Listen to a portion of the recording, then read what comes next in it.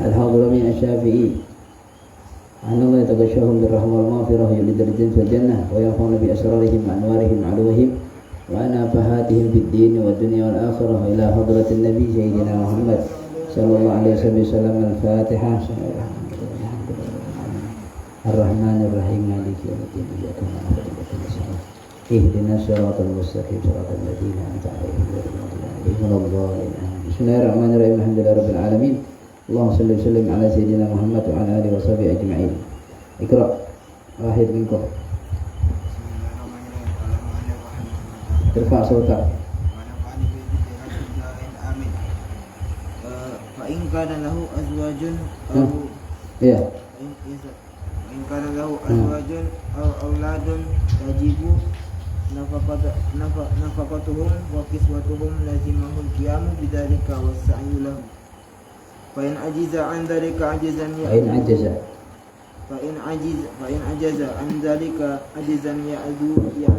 الشرع فقد خرج من الحرج وسلم من الإثم. واعلم أيها المريد أنك لا تقدر على ملازمة الطاعات ومجانبة الشهوات والإعراض عن الدنيا إلا بأن تستشعر في نفسك أن مدة بقائك في الدنيا أيام قليلة وأنك عما قريب تموت فتنسب أجلك بين عينيك وتستعد للموت وتقدر نزوله بك في كل وقت. وإياك. Jadi apa? Fa'in kana lahu azwajun. Jadi sebelumnya itu pembahasan apa itu? Fa'in alimal muridu annahu la yastaqimu qalbuhu wa la yaslamu dinuhu illa bitajarrudi 'anil mal. Kalau seseorang murid itu dia mengetahui bahwasanya dia tidak istiqomah hatinya tidak istiqomah, ya. Dan juga wa la yaslamu dinuhu, agamanya enggak selamat illa bitajarrudi, kecuali harus dengan tajarrud. Harus dengan tajarrud 'anil mal. Dia lepaskan atau dia kosongkan dari harta. Ya, anil asbab, daripada sebab-sebab, ya, berbagai macam sebab-sebab dari yang disebutkan kemarin, ya. Dia lepaskan itu, kecuali dengan lepaskan baru selamat agamanya, istiqomahlah hatinya, albatta sama sekali lazimahu zalik, maknanya wajiblah pada dia hal tersebut. Nah, berarti dia lepaskan apa tadi? Dia tajarrud, dia lepaskan anil mal wal asbab wa anil asbab, supaya agar selamatlah agamanya dan istiqomahlah hatinya. Ya, ini termasuk pilihan orang yang milih tersebut, ya, dia demi memprioritaskan hatinya dan juga agamanya. Ya. Nah, ketika ada terancam agamanya, ya, maka dia pilih itu agamanya untuk lebih selamat. Dia pilih adalah menyelamatkan hatinya. Itu. Ya, baru itu menunjukkan dia memprioritaskan Allah Subhanahu wa taala dalam hidupnya. Tapi kebanyakan juga orang ketika terbentur dalam hal ini, ya, dia tidak memprioritaskan agamanya. Dia tidak memprioritaskan Allah Subhanahu wa taala, perintah Allah, tapi yang dia ambil dari sikapnya atau yang dia pilih adalah dia mementingkan dunianya dan dia tinggalkan hukum Allah. Dia tinggalkan peraturan-peraturan Allah. Nauzubillahi min dzalik. Paham ya? Nah, maka fa in kana lahu azwaj, tapi kan kalau dia kemudian dia tajarrud anil mal, dia kemudian melepaskan diri dari harta, usaha dia, pekerjaan dia lepaskan. Fa in kana lahu azwajun, maka jika kana ada lahu padanya seorang yang murid ingin dekat sama Allah Subhanahu wa taala tadi, dia punya apa? Azwajun, ada istri-istri, pasangan-pasangan, au auladun, atau dia mereka punya anak-anak, ada anak. Tajibu nafaqatuhum, tajibu yang wajib apa nafaqatuhum, menafkahi mereka, kan punya tanggung jawab. Istrinya ada, anak-anaknya ada, ya, ada, mesti tanggung jawab, meski butuh nafkah, gimana, ya. Wa kiswatuhum, dan butuh juga kiswah, pakaian mereka, lazimahu, maka wajib pada seorang murid tersebut yang ingin dekat sama Allah, wajib apa? Al-qiyamu bidzalika, wajib dia menegakkan hal itu. Dia bayarlah, dia kasihlah haknya istri-istrinya dan anak-anaknya. Nggak boleh kemudian dia zuhud, dia kemudian dia paksa untuk keluarganya ikut zuhud. Ya, Allah yang maha kasih rezeki, Allah yang maha memberi rezeki, kemudian dia tinggalkan begitu saja tanpa dia bekali keluarganya, itu haram. Berarti tidak memberikan haknya. Maka seorang suami juga dia harus mengerti kewajiban-kewajiban dia. Meskipun dia ya pengen dekat sama Allah, betul dia pengen dekatnya nggak salah. Cuma terkadang sikap dia menyikapi kewajiban yang Allah wajibkan bagi dia, terkadang dengan alasan dia dekat sama Allah, tapi dia tinggalkan kewajiban-kewajibannya. Ya, kewajiban itu bukan hanya sholat, bukan hanya kemudian puasa, itu kewajiban juga. Ya, tapi ada kewajiban lagi, yang termasuk juga kewajiban adalah memberikan nafkah. Memberikan nafkah, menafkahi keluarga, istri dan anak-anak. Paham tuh? Itu ada, gitu. Ya, tajibu maka lazimahul qiyamu bidzalika, wajiblah menegakkan dengan itu semuanya. Wa sa'yalahun, wajib usaha.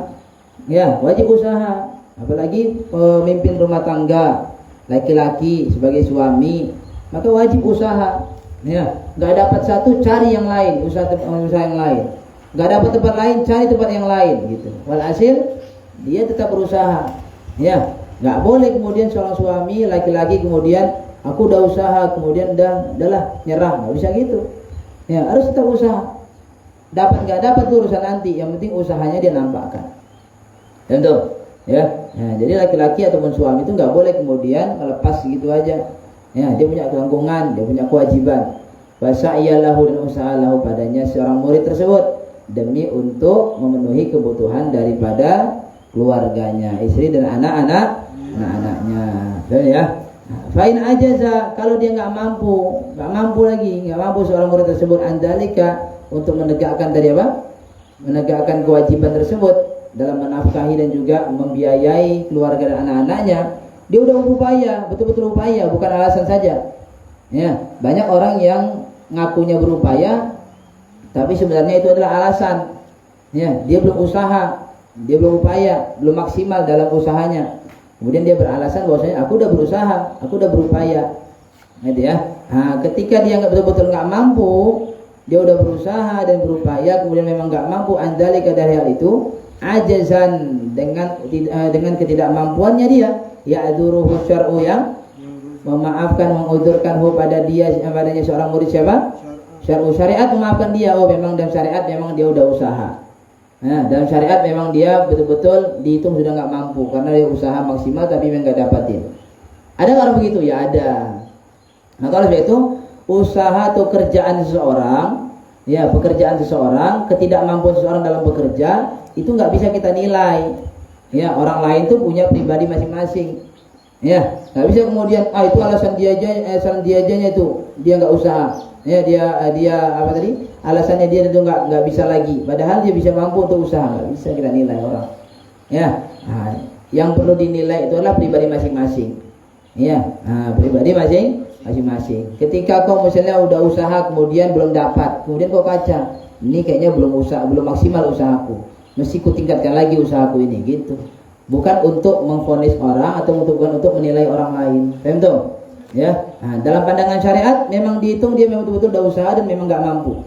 Faqad kharaja minal haraj, maka kharaja seorang suami tersebut, seorang kepala rumah tangga tadi yang punya tanggungan dari anak dan istrinya, ketika dia betul-betul nggak mampu dan dimaafkan betul-betul dalam kategori syariat mengatakan dia dimaafkan.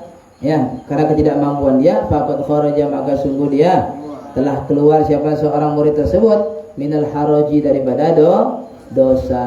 Dia enggak dihitung dosa karena dia udah upaya dan syariat memang sudah memakluminya dia enggak mampu.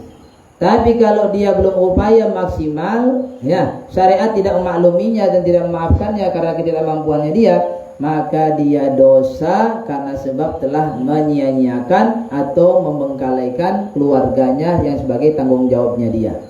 Paham tuh? Paham tuh ada? Itu. Ya'dzuruhu syar'u faqad kharaja minal haraji, maka dia sungguh telah keluar daripada haraj, dosa, wasalima minal itsmi, dan wasalima dan selamat siapa? Si murid itu minal itsmi, dari dosa. Dan dia enggak ada dosa dalam kondisi yang semisal ini. Ya, paham ya? Nah, yang nilai siapa? Yang nilai syariat, bukan yang nilai pribadi masing-masing. Kalau dilimpahkan penilaian itu kepada pribadi masing-masing, masing-masing punya alasan, aku begini, aku begitu, padahal sekedar alasan saja, syariat tidak memaafkannya. Jelas ini, ya. Wa alam, dan ketahuilah olehmu ayuhal murid, wahai orang yang ingin dekat sama Allah Subhanahu wa taala, annaka sungguhnya engkau la takdiru itu, engkau tidak mampu ala mulazamati taati, atas menetapi ketaatan-ketaatan. Ketahuilah orang yang dekat sama Allah, ingin dekat sama Allah, sungguhnya engkau tidak mampu untuk menetapi ketaatan-ketaatan. Wal mujanabati syahwati, dan menjauhi syahwat-syahwat keinginan. Ya, enggak mampu untuk menjauhi syahwat-syahwat keinginan. Wal i'radi 'anid dunya, dan berpaling 'anid dunya, dari dunia. Enggak mampu mesti berpaling totalitas dari dunia, illa kecuali bi antastashira, dengan sekiranya engkau berusaha merasakan fi nafsika, dalam dirimu. Apa yang kau rasakan, berusaha merasakan? Anna muddata baqaika, sungguhnya muddata masa baqaika, kekalnya engkau fid dunia, di dunia, ayyamun qalilatun, itu adalah hari-hari yang sedikit, cuman sedikit masamu di dunia ini. Jadi katanya Habibul Haddad, ya, orang yang ingin dekat sama Allah, kau tidak akan mampu untuk bisa menetapi ketaatan, istiqomah dalam taat, dan bisa untuk menjauhi semua bentuk syahwat yang menjauhkan engkau pada Allah, dan kau tidak mampu juga untuk berpaling dari dunia, kecuali caranya adalah engkau berupaya untuk merasakan dalam dirimu, sesungguhnya masa engkau hidup di dunia ini cuma singkat, cuma beberapa hari aja. Kalau kau sadari semisal itu, maka kau akan bisa untuk mulazamut taat, untuk mulazamati taat, untuk menetapi ketaatan, istiqomah dalam taat. Wa mujanabati syahwat, dan menjauhkan hal-hal yang bentuk syahwat, keinginan nafsu, ya, berpaling dari dunia. Gitu ya. Kalau kau ingin untuk jauhkan dari semua tadi itu, ya, tetapi ketaatan, jauhkan syahwat, dan juga berpaling dari dunia, maka caranya kata Ibnu Haddad adalah, ya, kau sadari, kau rasakan dalam dirimu, sungguhnya masa kau hidup di dunia ini cuman sebentar. Nggak tahu, mungkin 5 menit lagi kau mati, ya kan? Mungkin 10 menit lagi meninggal dunia, mungkin besok udah mati. Kalau kau sadari semisal itu, maka ketika orang sadar bahwasanya beberapa saat lagi, beberapa detik lagi, beberapa menit lagi, beberapa hari lagi kemudian dia mati, maka pastinya detik ini juga akan bangkit semangat dia untuk taat, akan bangkit semangat dia untuk menjauhi semua kemaksiatan ataupun kelezatan syahwat. Paham tuh mana? Jelas ya. Wa annaka, dan sungguhnya engkau amma qaribin, dari suatu sebentar, qaribin dekat, misalnya sebentar lagi. Sungguhnya engkau sebentar lagi itu tamutu, itu kau akan mati. Ya, kematian itu enggak tentu harus orang tua, enggak harus orang yang udah berpenyakitan, tidak. Ya, muda pun banyak yang mati. Ya, kemarin ini baru dapat informasi bahwa ada di pesantren dari Jawa sana, ya, yang besar, ya. Santri-santrinya ketimpa longsor, tertimpa dengan bangunan-bangunan segala macam, tong-tong air. Ya, tertimpa, beberapa orang mati, beberapa orang luka-luka. Masih muda, ya kan? Ajal nggak tahu. Siapa disalahkan? Disalahkan alam atau disalahkan pihak pesantren? Bukan salahnya pihak pesantren. Memang ajalnya udah turun. Gak harus kemudian ajal itu turun, kemudian harus tua dulu, harus sakit dulu, harus di rumah sakit dulu, enggak. Ya, kapanpun ajal mau datang ya datang, nggak bisa kau halang-halangi. Ya, cuma kau persiapkan diri. Ya, sebelum datangnya kematian kau siap. Ya, gak bisa kemudian aku belum siap. Terus kalau kau belum siap kemudian dimaklumi sama malaikat Israel. Malaikat Israel bilang, oh karena dia belum siap jadi kau undur dulu kematiannya. Bisa gitu? Gak bisa. Kapanpun datangnya kematian harus siap. Gimana cara siapkan ini? Kau siapkan dirimu dalam ibadah, taat, gak mukhalafat, tunduk, patuh, bersihkan hati, gitu. Nah, ya, itu caranya. Ya, maka sadari begitu. Ya, namanya ajal nggak bisa ditentukan. Ya, kau nuntut siapa? Nuntut tanah yang kemudian longsor, nuntut tong air yang kemudian nimpa, nggak bisa. Ya, emang ajal udah gitu. Ya, ada bisa itu. Ya. Maka tasadari tadi sebutkan annaka amma gharibin tamutu. Engkau sebentar lagi mati. Ya, kalau udah mati udah habis dah masa aktifmu di dunia, tinggal mempertanggungjawabkan amal apa yang kau buat di dunia, ada kau tanggung jawabkan itu semuanya. Ya, berapa kali kau mukhalafat, melanggar aturan Allah, kau tanggung jawabkan. Berapa banyak ibadahmu diperhitungkan oleh Allah, enggak mungkin lepas. Amal sekecil apapun yang kau perbuat pasti dalam hitungan Allah Subhanahu wa taala, enggak mungkin lepas. Tentu ada. Nanti ya. Kemudian fatan siba ajalaka, maka engkau tegakkan ajalaka, ajalmu baina ainaika. Kau rasakan bahwasanya di hadapanmu, di depan matamu ini ada ajalmu, dah dekat ajalmu. Orang yang semisal itu kesadarannya, maka akan bangkit semangatnya dalam ibadah dan taat. Ya, dan gak berani dia untuk bermaksiat dan juga mukhalafat dalam hal-hal yang melanggar aturan Allah. Paham itu mana? Karena dia lihat depan matanya ada ajalnya. Wa tasta'idda lil mauti, dan kau mempersiapkan diri lil mauti untuk kematian. Wa tuqaddir, dan engkau kira-kirakan, kau takdirkan, kau kira-kirakan nuzulahu, turunnya, singgahnya kematian itu, turunnya kematian itu bika dengan dirimu, fi kulli waqtin, di setiap waktumu. Setiap waktumu kau sadari, ya, belum tentu aku hidup 5 menit ke depan, belum tentu aku hidup 2 menit ke depan. Bisa jadi kemudian 5 menit ke depan setelah belajar atau beberapa jam ke depan kemudian mati. Ya. Nah, alangkah nyesalnya orang yang kemudian, ya, setelah berapa jam kemudian dia mati, tapi dia kemudian sebelum dia mati dia malah mukhalafat sama Allah. Dia malah melanggar aturan Allah. Dia malah kemudian, ya, bermaksiat pada Allah, berdosa pada Allah. Dia tutup ajalnya, dia tutup usianya dengan kemaksiatan sama Allah Subhanahu wa taala. Baru nyesal. Ketika roh sudah tercabut dari tubuhnya, rohnya kemudian menangis. Karena apa? Karena di saat roh itu dicabut, lepas dalam kondisi tubuhnya maksiat sama Allah Subhanahu wa taala. Nangis roh tersebut. Ya, roh tadi nangis jadi-jadinya. Karena apa? Karena menyesal sebelum roh dicabut, kemudian dia tubuhnya dosa sama Allah, tubuhnya maksiat, tubuhnya mukhalafat, ya, melanggar aturan Allah Subhanahu wa taala. Contoh, fatasta'ida lil mauti wa tuqaddiru nuzulahu bika fi kulli waqtin. Wa iyyaka, dan hati-hati engkau, wa tulul amal, pada panjangnya angan-angan. Hati-hati jangan sampai memiliki panjang angan-angan. Tulul amal itu dapat mengeraskan hati, panjang angan-angan. Ya, planning bagus, tapi kalau planning itu kemudian sekedar harapan-harapan, angan-angan belaka, nggak ada usaha, itu ya, hati-hati. Ya, nah, meskipun planning saat ini memang semua itu diplanningkan, ya, tapi jangan sampai kemudian, ya, planningnya itu bukan planning akhirat, hanya sekedar planning dunia saja. Ya, nah, tapi planningmu planning akhirat. Kira-kira planningmu ke depan untuk akhiratmu apa yang harus kau lakukan? Kalau talib ilmu dia punya planningnya bagus pastinya. Karena dia punya target, aku harus khatam ini, aku harus belajar ini, aku harus belajar ini, aku harus ngerti ini. Itu planningnya dia. Dalam jangka sekian bulan, sekian tahun, segala macam. Ya, planningnya bagus. Ya, planningnya untuk akhirat.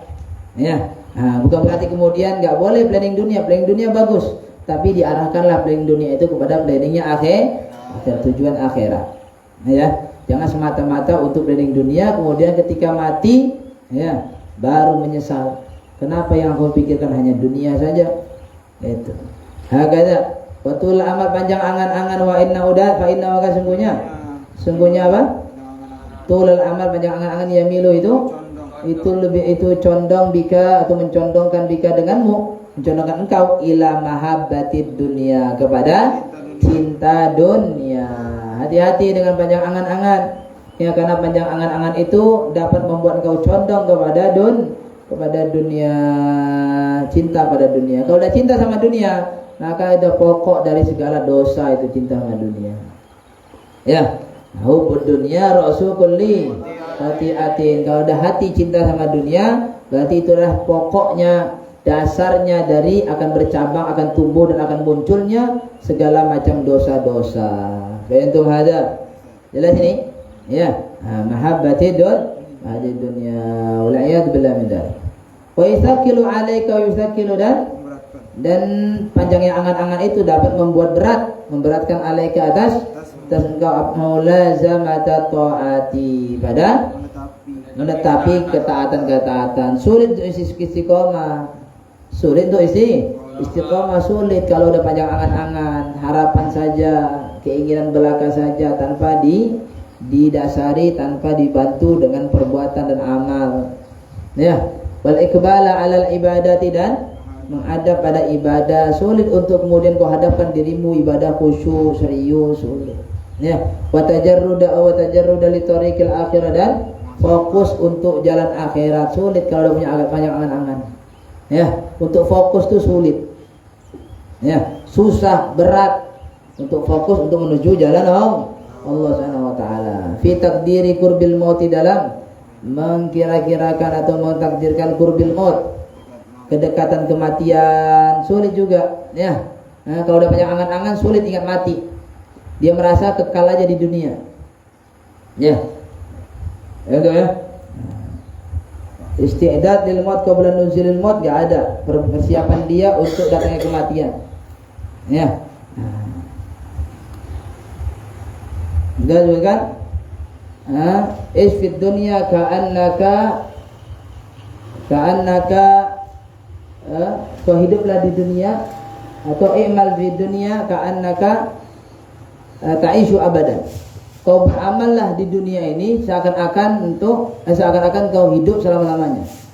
Wa'mal li akhiratik ka'annaka tamutu ghadan. Kau beramallah untuk akhiratmu seakan-akan kau mati besok. Nah, perhatikan kalimat ini. I'mal fid dunya, amallah kau di dunia. Ka'annaka ta'ishu abadan, seakan-akan kau hidup selama-lamanya.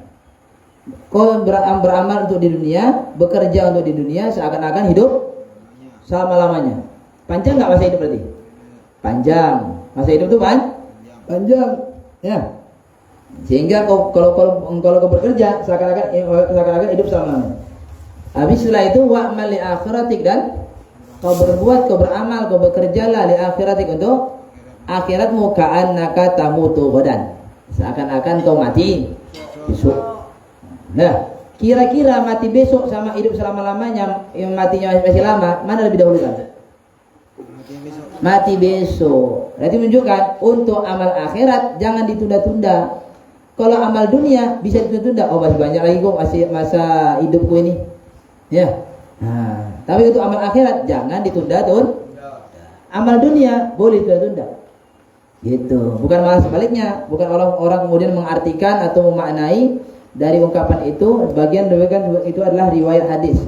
Ya, sebagian orang memaknai itu adalah ini menunjukkan bahwasanya dunia sama akhirat itu harus sebanding, harus seimbang. Enggak, bukan gitu caranya. Mana ada imbangnya dunia banding akhirat. Walal akhiratu khairul laka minal ula. Sungguh akhirat itu lebih khairun laka minal ula, itu lebih baik daripada ula dunia. Ya. Nah. Wal akhiratu khairu wa abqa, dan akhirat itu khairun wa abqa, lebih baik dan lebih kekal. Enggak ada bandingannya dibandingkan dengan dunia. Fahim hada? Galak kemudian. Nah tadi wa qisari muddatil fi taqdir qurbil mauti wa qisal muddah, dan pendeknya muddah masa. Ya. Dan dalam mengkira-kirakan atau merasakan dekatnya kematian dan juga pendeknya masa hidup di dunia, al khairu kullu, ada kebaikan semuanya. Ya. Nah, maka ya merasa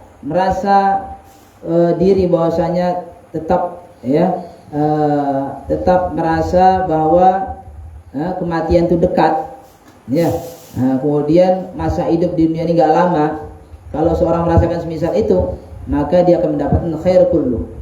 Ya, di situ ada kebaikan seluruhnya. Ada kebaikan. Ya, apa kebaikannya? Minimal kebaikannya adalah dia tingkatkan ibadahnya. Kemudian dia takut buat dosa. Nah, itu minimal itu. Dia tingkatkan ibadahnya, kemudian dia takut buat dosa. Sudah minimal. Tentu. Ya. Waffaqanallahu wa iyyaka. Betul. Fa'alaika bihi, maka harus pada engkau wajib azimu bihi dengannya, yaitu dengan takdir qurbil maut. Kau merasakan bahwasanya hidupmu dekat dengan kematian, wa kisrul muddah, dan masa hidupmu, masamu di dunia ini itu hanya kisor, hanya pendek. Waffaqanallahu wa iyyaka. Mudah-mudahan Allah Subhanahu wa taala memberikan taufik ya. Nah, pada kita siapa? Allah wa iyyaka, dan padamu. Itu ada? Ya. Wallahu a'lam bissawab. Ya, Fatihah. Bismillahirrahmanirrahim.